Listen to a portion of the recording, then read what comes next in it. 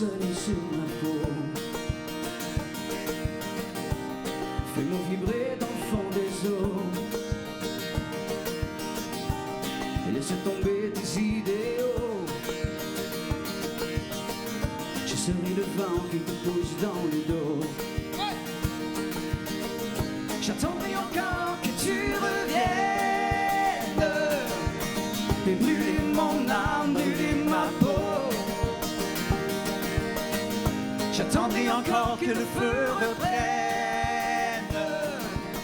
Fais brûler mon âme, brûler ma peau.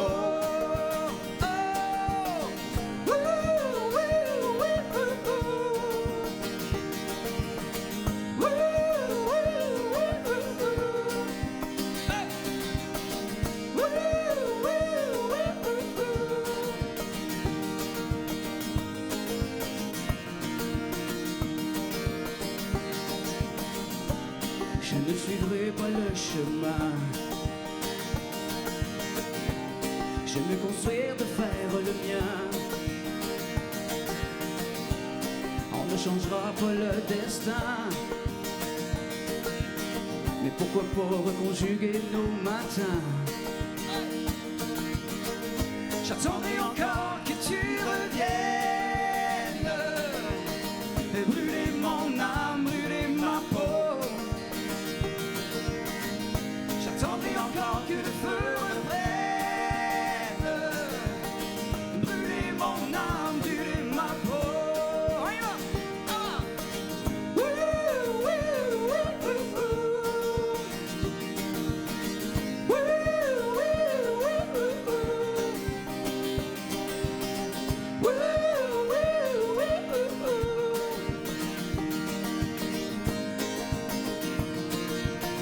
Êtes-vous capable de faire ça? Oh, des bons chanteurs ici. Oh, ouais.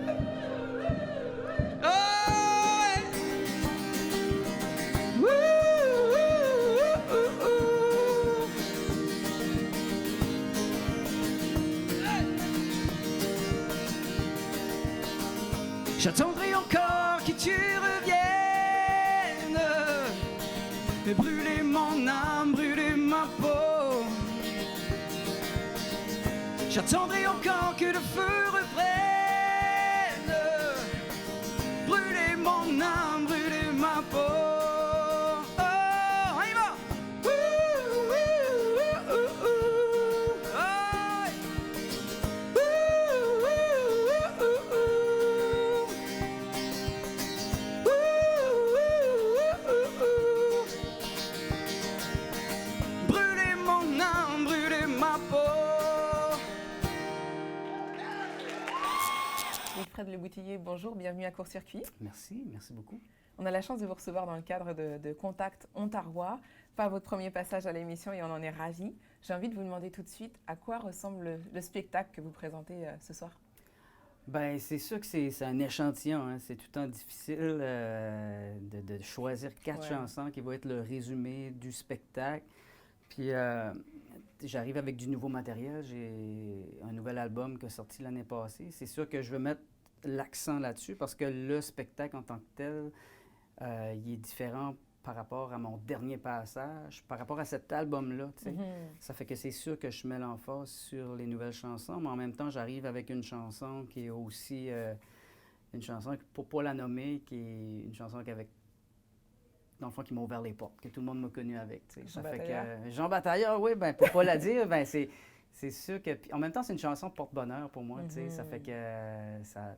Puis à chaque fois que je la chante, je sais pas, ça me fait vivre des émotions, puis je sais que le public qui est dans la salle, qui m'a connu pour la première fois à la télé, bien, ils m'ont vu chanter cette chanson-là. Ça fait que il y a tout ça, il y a toute cette petite émotion-là qui se promène dans la salle, puis ça crée tout le temps de quoi de magique. Tu sais, c'est tout le temps différent à chaque fois que je l'interprète, mais malgré que ça fait 17 ans cette année que de mon premier passage à la télé, ben je veux dire, cette chanson-là, je me tanne pas de la chanter. C'est toujours autant d'émotions. Oui, toujours autant, puis je l'interprète jamais pareil. Puis ça se passe tout le temps sur scène, tu sais. Je peux la chanter à la maison, cette chanson-là, puis ça vient pas me chercher je te dis, je la fais à la maison, mais c'est pas vrai. Tu sais, c'est une chanson que je fais pas à la maison. C'est vraiment une chanson que pour moi, il y a une connexion qui se passe sur la scène.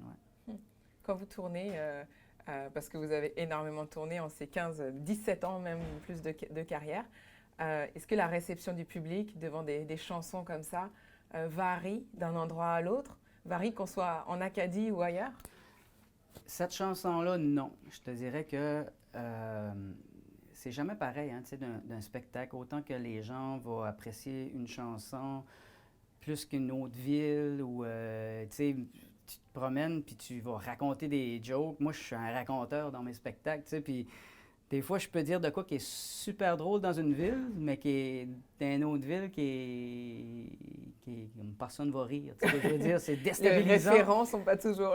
Ben, des fois, c'est déstabilisant, puis c'est à quelque part, tu sais, comme je le prends bien, tu sais, je me dis tout le temps, c'est pas la faute du public, c'est ma faute à moi. C'est juste ma façon que je l'ai livré était différente, tu sais, puis le timing, c'est tout le temps une question de timing, comment tu vas puncher, puis...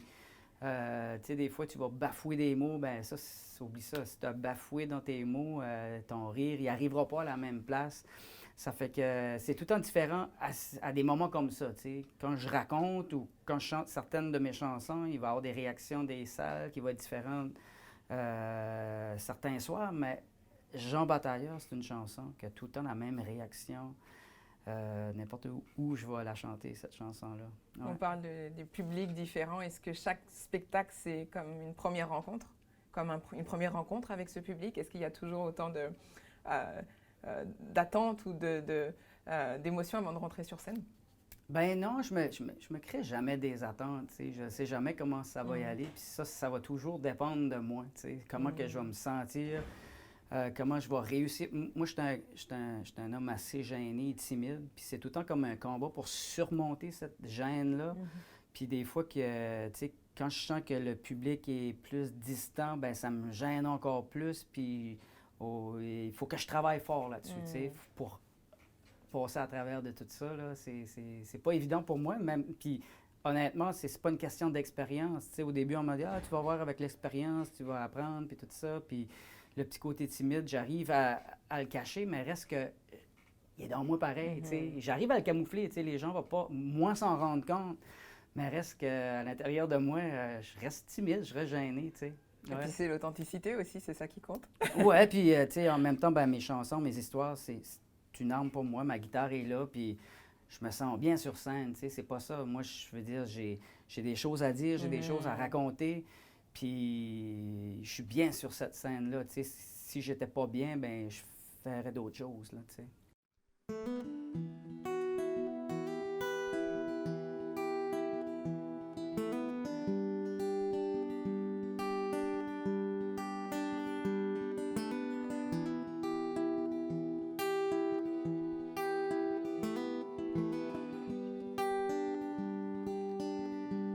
Je suis d'un petit coin de terre, grandi sur le bord de la mer. Ça a déjà été plus prospère. Ça c'était au temps de mon père. La pêche, la mine, le bois. Des problèmes, il n'y en avait pas. Pas besoin de s'exiler à l'ouest du Canada, dans le nord de l'Alberta, à Fort McMurray. À Fort McMurray, for make money. La mine vient tout juste de fermer. Il n'y a plus le moulin à papier. La pêche à morue est fermée. On a ramassé les chalutiers. Puis l'on essaie de nous faire croire que les gaz de schiste, c'est notre seul espoir. pour ne pas s'exiler à l'ouest du Canada, dans le nord de l'Alberta, à Fort McMurray. À Fort McMurray, for make money. Là-bas, les nuits sont longues et j'en ai passé à broyer. J'ai une femme puis 3 enfants qui m'attendent à la maison. Mais j'aime mieux ne pas les voir que de les voir dans la misère. Puis je dois retourner à l'ouest du Canada, dans le nord de l'Alberta, à Fort McMurray. À Fort McMurray, for make money. À Fort McMurray, for make money.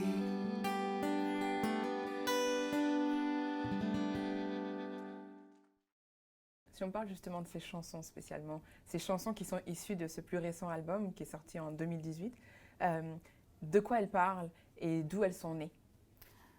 Ça se passe jamais de la même façon au niveau de l'écriture, mais ça part. Ma source, c'est mon instrument. Ça part toujours de ma guitare qui va faire en sorte qu'il y a une mélodie qui va venir au monde, qui va naître. Puis cette mélodie-là fait en sorte que je vais plonger dans ma bulle, puis je vais partir ailleurs. Je vais partir dans mes souvenirs. Ça va me faire penser à quelque chose. Je ne sais jamais ce que je vais raconter. Je ne suis pas capable de m'installer là, juste écrire un texte. Je l'ai déjà essayé d'écrire juste un texte, puis ça, pour moi, une page blanche, ça ne m'inspire pas si je n'ai pas ma guitare. C'est vraiment, je sors ma page qui est blanche, puis mon crayon, une fois que j'ai comme une idée, là, comme je sais où, quel sujet que ça raconte. C'est comme si la mélodie, elle est codée, puis j'essaie de la décoder.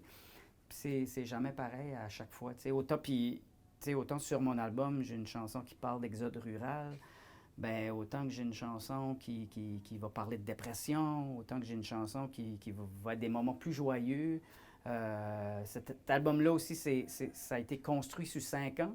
Ça fait que c'est sûr que sur 5 ans de vie, il y a bien des choses qui se passent, puis tu le sens beaucoup sur cet album-là parce qu'au début de ma création, je vivais une séparation professionnelle, je vivais une séparation personnelle aussi. Ça fait que mon écriture était beaucoup plus dark, si tu veux. Puis jusqu'à ça que là, tu sens qu'il y a plus un rayonnement à un moment donné qui arrive. Ça fait que ça, en même temps, je trouve que ça fait un beau mélange. Puis comme auteur, compositeur, interprète, je pense que c'est ça l'important de chanter tes propres émotions que tu as vécues. Je pense que quand tu as vécu une émotion puis tu es capable de partager cette émotion-là, bien, c'est comme ça que les gens qui vont être à l'écoute de ce que tu racontes vont se sentir interpellés par ce que tu racontes. Parce qu'ils vont sentir que c'est vrai puis ils vont sentir que, OK, la personne qui me parle a vécu la même chose que je suis en train de vivre présentement. Ça fait que la personne se sent un petit peu compris. Je dis ça, mais sans prétention. Je te dis ça par rapport à qu'est-ce que j'entends comme partage. Les commentaires du public qui se retrouvent, en fait, dans ces chansons. Exact. Soit par Facebook, je suis bien gros sur les réseaux sociaux, les gens m'écrivent, ou après mes spectacles, je rencontre tout le temps les gens. Puis souvent, ça fait du bien d'entendre des commentaires des gens parce que quand tu les as vécus, ces moments-là, tes moments de création où tu étais tout seul avec toi-même, puis il fallait que ça sorte, il fallait que tu t'écrives sur un morceau de papier ce que tu avais dans le cœur, ce que tu avais en dedans. Puis, veux pas, quand tu composes, tu vas ouvrir des tiroirs aussi qui va faire en sorte que ça va te chambouler, tu vas vivre une émotion qui est pas le fun, même une émotion que tu penses que tu as passé à d'autres choses, mais quand tu ouvres des tiroirs, veux pas, tu le vis. Tu vis le présent. Puis c'est comme si tu le vis encore, même si tu as passé à d'autres choses. Puis à un moment donné, ben, tu te retrouves sur scène à interpréter ça, puis tu as des gens qui vivent exactement ce que tu as vécu. Je trouve que c'est un beau partage. Tu sais. Puis nous, comme chanteurs, comme auteurs-compositeurs, ben, c'est ça notre job. Puis à quelque part, quand tu as des gens qui viennent te dire qu'est-ce qu'ils ont senti par rapport à ce que tu as écrit, ben ça, c'est notre paye. Tu sais. Ouais, c'est la puissance du partage et d'oser se livrer aussi. Exact, exact. Ouais.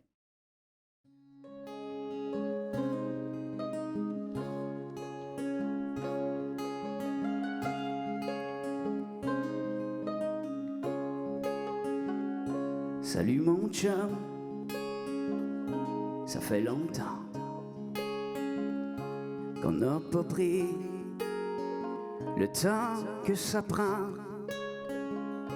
de se raconter un peu nos vies. Ça fait longtemps qu'on n'a pas pris le temps. On se tuera pas avec une bouteille de gin. On se tuera pas à faire les fous. Les lendemains de veille, ça prend plus de temps que dans le temps qu'on avait 19 ans. À chaque matin, des nouveaux cheveux gris. Oh, je les compte plus. Ça fait longtemps. Puis dans pas long, ça sera les enfants qui partiront loin de la maison. On se tuera pas avec une bouteille de gin. On se tuera pas à faire les fous. Les lendemains de veille, ça prend plus de temps que dans le temps qu'on avait 19 ans.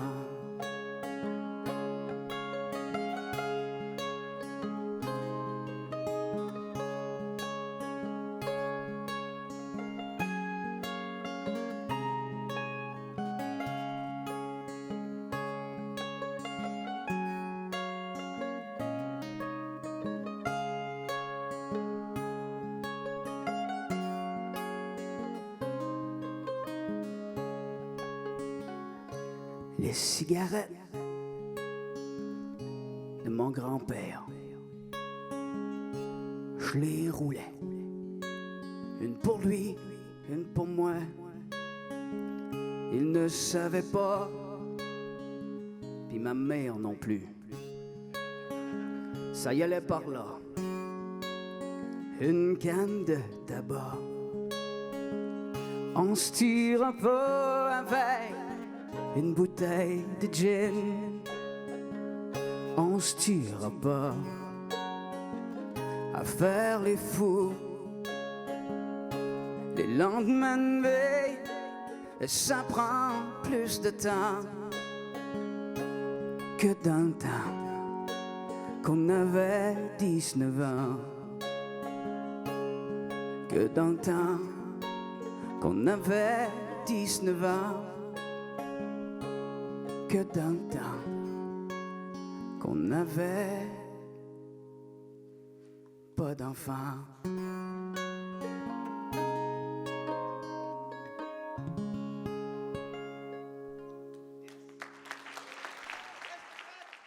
Merci. Cet album, il a quelque chose d'autre de spécial, c'est que justement, il a été fait de manière plus indépendante que les autres. Comment on se sent justement quand on produit un album dans ces conditions? Est-ce que c'est libérateur?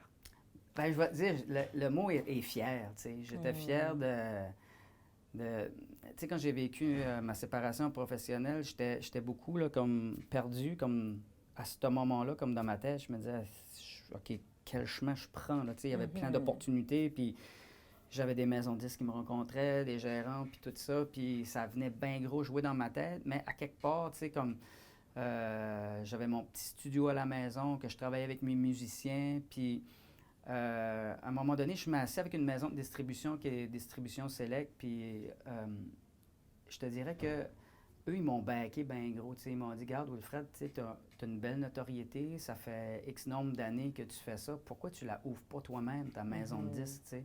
Puis de sentir que tu as un gros distributeur, un distributeur majeur derrière toi, ben moi, ça m'a donné comme peut-être le go que ça me prenait. T'sais. Ça fait que j'ai plongé dans le vide avec ça, ouvert ma propre maison de production, ma maison de disques. Puis cet album-là, ben il est sorti sous mon étiquette. Puis j'ai réalisé l'album dans mon studio à la maison. Ça fait que c'est sûr. Un vrai bébé, en soi. Ben oui, tu sais. Puis c'était pas pour prendre le contrôle de tout. Tu sais, c'était juste parce que j'avais le goût de faire les choses comme ça à ce moment-là. Puis je suis un gars d'instant, puis je fais tout le temps confiance à ma petite voix intérieure, tu sais. Puis probablement pour le prochain album, ben ça va être complètement autre chose, tu sais. Ouais. Mais pour ce moment-là, je sais pas, j'avais ce besoin-là. J'avais le besoin de me dire, regarde, ça fait X nombre d'années que tu fais ça, tu as de l'expérience, bien, mets ton expérience à profit pour toi-même, tu sais. Fait que, puis en même temps, j'aimerais ça à un moment donné signer des nouveaux talents, puis... C'était ma prochaine question. Est-ce que justement, il y a déjà des... Comment ça se passe après? Est-ce que vous êtes en mode repérage? Est-ce que vous êtes là à l'affût de talents? Je garde l'œil ouvert. Je garde l'œil ouvert, mais je ne veux pas forcer les choses. Je ne veux pas me dire, OK, lui, je le signe, puis je fais de l'argent avec. Tu comprends? Comme bien gros des producteurs font. Ouais. C'est même pas une question, c'est une question de coup de cœur. Puis je veux me voir aussi un petit peu à travers de cette personne-là, parce que pour moi, ça serait complètement ridicule de signer un artiste qui est complètement ailleurs de mon univers. Tu sais, comme... Puis c'est pas pour prendre le contrôle d'une personne puis de dire fais exactement qu'est-ce que je veux que tu fasses. C'est juste, je veux outiller cette personne-là selon qu'est-ce que moi je connais. Puis je pense si je peux outiller une personne de la meilleure façon, pour moi, ben c'est d'avoir un coup de cœur pour une personne qui est dans le même genre musical. Je ne sais pas si tu me comprends, complètement. Mais c'est comme ça que je vois les choses. Donner un coup de pouce en fait à quelqu'un que vous reconnaissez. Exact. Puis regarde, après 17 ans, j'ai quand même un bagage, j'ai quand même de l'expérience, j'ai quand même des chemins où aller puis où pas aller, tu sais. Quelle est votre plus grande envie pour la suite de la carrière? Ben, tu sais, c'est sûr qu'on n'arrête jamais de rêver, tu sais, on en parle justement, tu sais, c'est bizarre, hein, d'avoir rêvé autant de lumière, puis de briller d'une certaine façon avec son art, autant qu'à un moment donné, on dirait que cette envie-là, pas qu'elle est plus présente, mais présentement, on dirait que je suis un petit peu en réflexion par rapport à, tu sais, du moment que j'ai créé ma maison de disques, puis tout ça, puis je sais comment ça marche, puis tout. J'ai comme envie de pas prendre de retrait, puis d'être plus dans l'ombre, mais de travailler avec d'autres personnes, tu sais, puis les guider. Ça, c'est quoi que j'aimerais bien faire, ouais. Ah ben, c'est ce qu'on vous souhaite. Ben, merci. Merci beaucoup d'être venu à l'émission. Merci beaucoup, c'est un plaisir. Merci.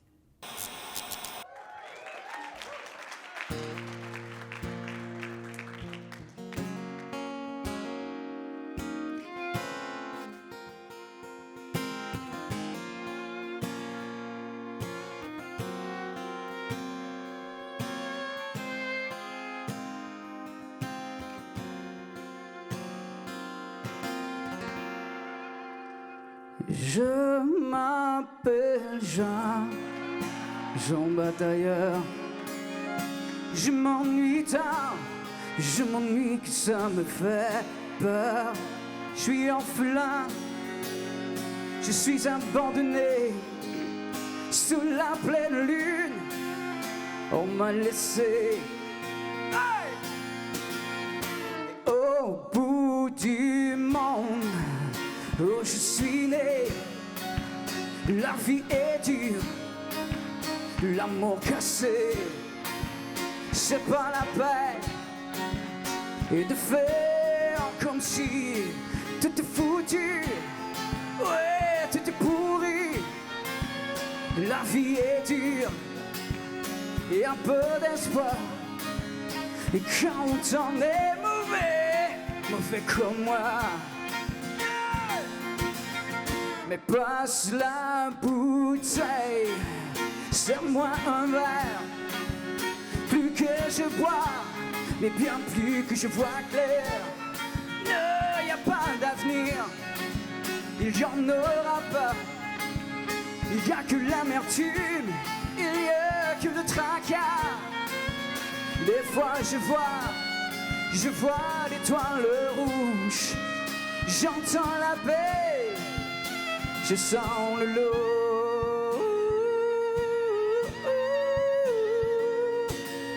Mais prends ton couteau, oh et allons dehors. Mais viens donc danser avec du genre. À coups de poing et au fusil. Je suis le plus fort, mais le plus fort dans le pays. Moi, ça m'a donné que de l'ennui, que des points sutures, que des ennemis. Je m'appelle Jean Batailleur. Je m'ennuie tant, je m'ennuie que ça me fait peur. Ouais, je suis orphelin, je suis abandonné sous la pleine lune. Oh, on m'a laissé.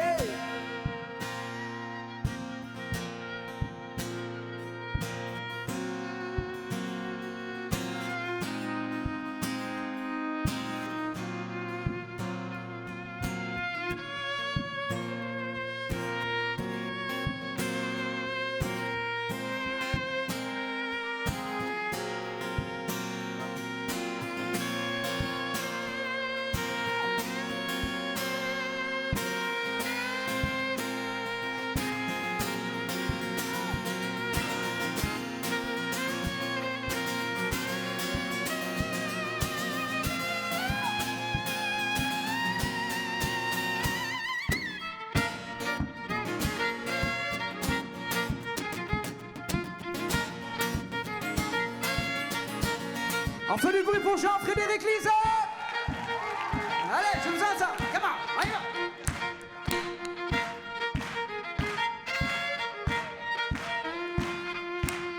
Oh! Tu connais Martinguet en parier. Tu connais Martinguet en parier. Ouais, tu connais Martinguet.